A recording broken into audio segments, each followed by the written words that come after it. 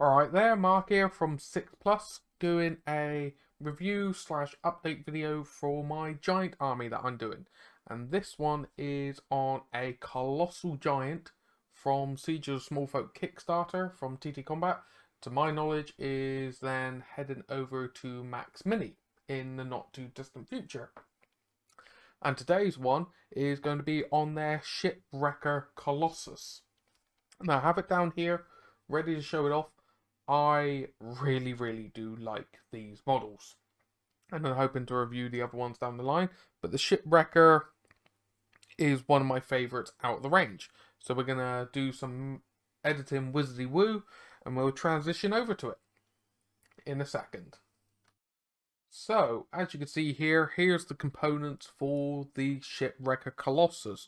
There is 1, 2, 3, 4, 5, 6 components.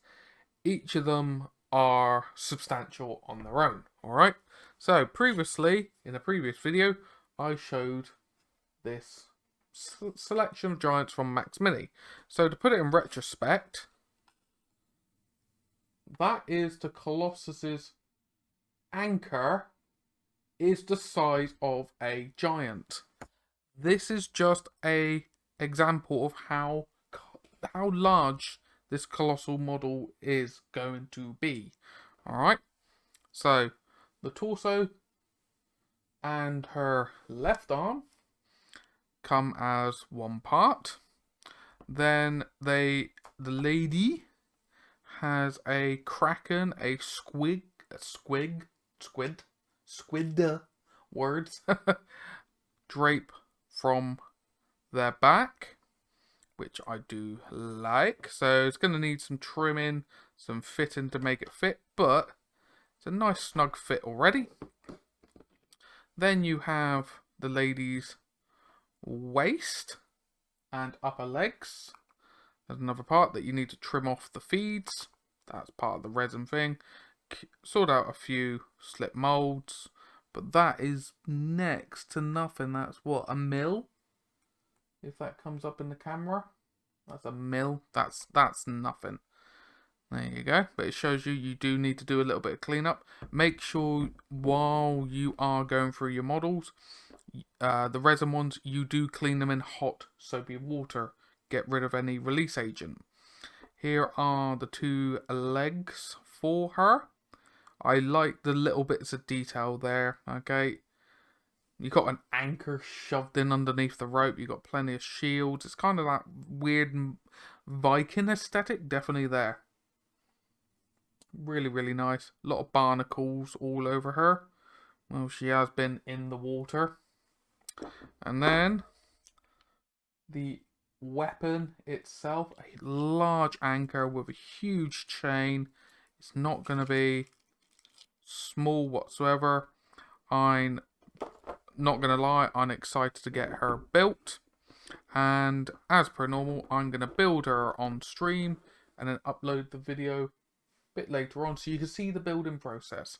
But we're going to do some more video editing and we'll cut it to her being built so you can actually see the size of her.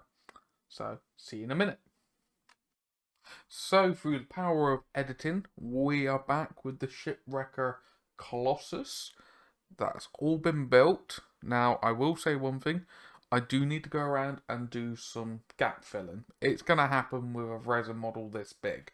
Alright, so this is, as I said, the Shipwrecker Colossus, and she is big. Okay, so I've gone around, cleaned up a few mold lines, but I'm just going to spend a little bit longer just cleaning a few of these little lines down here.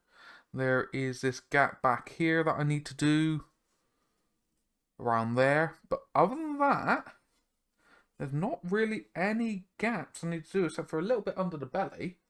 But the legs have gone on great. The arms have gone on great. All the detail is there. And it's a chunk. She is a chunky lady.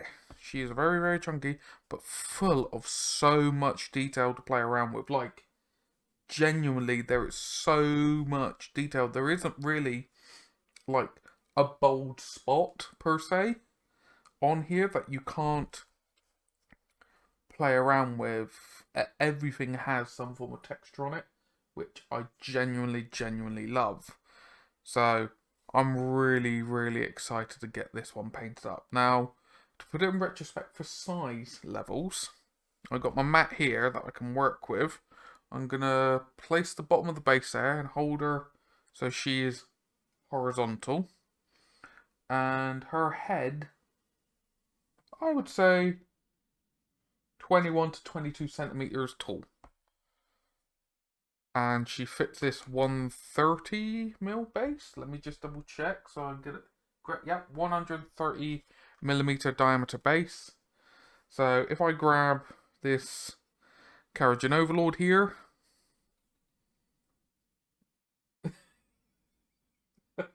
there's your size.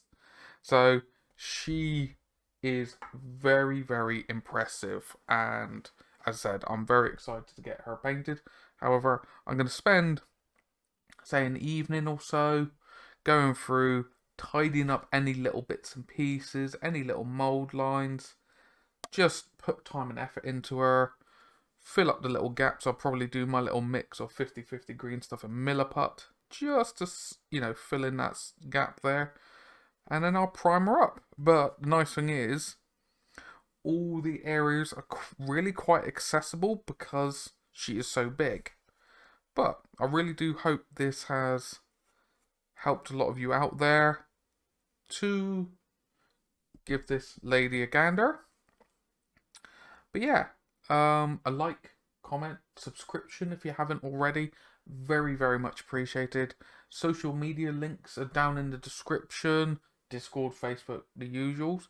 But if you do want to follow along with this lady getting painted, or any future things, paints, painting up, builds, so on and so forth, the Twitch is down below as well. So you're more than welcome to come along. And I'm very much tempted to paint her up on Twitch in the near future.